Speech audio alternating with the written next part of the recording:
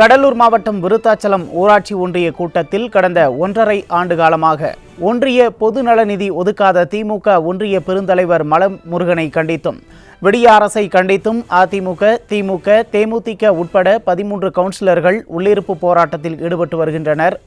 இதுபற்றிய கூடுதல் விவரங்களை எமது செய்தியாளர் தமிழர் தளபதி வழங்க கேட்கலாம். வணக்கம் தமிழர் தளபதி, விவரங்களை பதிவு செய்யலாம். நிச்சயமாக உமேஷ், கடலூர் மாவட்டம் விருத்தாச்சலம் ஊராட்சி ஒன்றியத்தில் மொத்தம் ஒரு 19 வார்டுகள் உள்ளன. இந்த 19 வார்டுகளிலும் அதிமுக, திமுக, தேமுதிக மற்றும் சுயேட்சை வேட்பாளர்கள் என மக்களால் தேர்ந்தெடுக்கப்பட்ட பிரதிநிதிகள் உள்ளனர். இந்நிலையில் இவர்களுக்கு கடந்த 1.5 ஆண்டு காலமாக கவுன்சிலருக்கு வழங்கக்கூடிய அந்த ஒன்றிய பொதுநல நிதி வழங்கப்படாததால் இவர்கள் அந்த கவுன்சிலரை அனைவருமே பொதுமக்களை சந்திக்க முடியவில்லை. மக்களின் அடிப்படை தேவைகளான, குறிப்பாக சொல்ல வேண்டும் என்றால் சாலை வசதியோ, குடிநீர் வசதியோ, மின்விளக்கு வசதியோ உள்ளிட்ட எந்தவித அடிப்படை வசதிகளும் தங்களால் செய்து கொடுக்க முடியவில்லை என்று கூறி இன்று இந்த நடைபெற்ற இந்த விருத்தாச்சலம் ஊராட்சி ஒன்றிய அலுவலகத்தில் இந்த கவுன்சிலர்கள் எல்லாம் தங்களது ஆதங்கத்தை கொட்டி தீர்த்தனர்.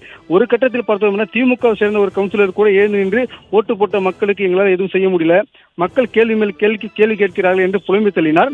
அவ்வாறு கூட்டத்தில் கலந்து கொண்ட அந்த அனைத்து கவுன்சிலர்களையும் தங்கள் பகுதியில் உள்ள குறைகளை பற்றி கூறிய போதும் கூட அந்த திமுக ஒன்றிய பெருந்தலைவர் மலர்முருகன் மற்றும் அரசு அதிகாரிகளாக இருக்கக்கூடிய அந்த வட்டார வளர்ச்சி அலுவலர்கள் கூறும்போது என்ன கூறினார்கள் என்றால், அதாவது கவுன்சிலருக்கு வழங்கக்கூடிய அந்த பொதுநல நிதியினையே இந்த ஆளும் விடியா திமுக அரசு தங்களுக்கு வழங்கவில்லை எனவும், அரசு நிதி அந்த அரசு நிதி ஒதுக்கிய பின்புதான் தங்களுக்கு கவுன்சிலருக்கு ஒன்றிய பொதுநல நிதி வழங்கப்படும் என்று கூறியதால் இந்த கூட்டத்தில் பங்கேற்ற சுமார் 13 கவுன்சிலர்கள் தற்போது ஆத்திரமடைந்து இந்த வருகை பதிவேட்டில் கையெழுத்திடாமல் தற்போது மாமன்ற கூட்டத்தில் உள்ளிருப்பு போராட்டத்தில் ஈடுபட்டு வருவதால் ஒரு பரபரப்பான சூழல் தற்போது இங்கு நிலவி வருகிறது.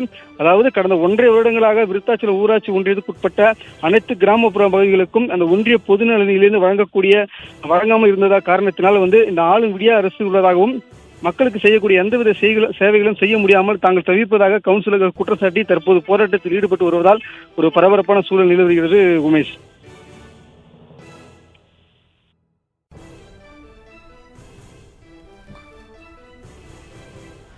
விவரங்களுக்கு நன்றி தமிழர் தளபதி.